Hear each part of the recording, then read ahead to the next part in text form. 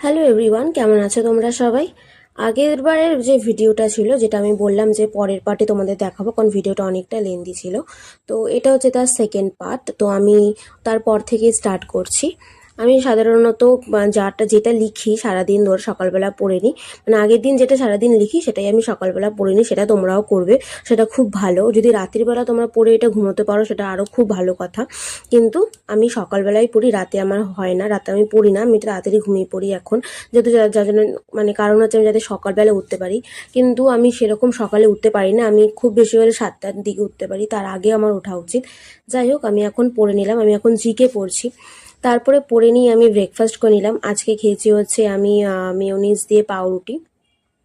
সবকটা আমার নয়, আমি 3টে খাবো, আর বাকি অনেক দুটো আছে, ও দুটো রেখে দেবো আমার ভাইয়ের জন্য। আমি সকালবেলা ব্রেকফাস্ট করে নিচ্ছি।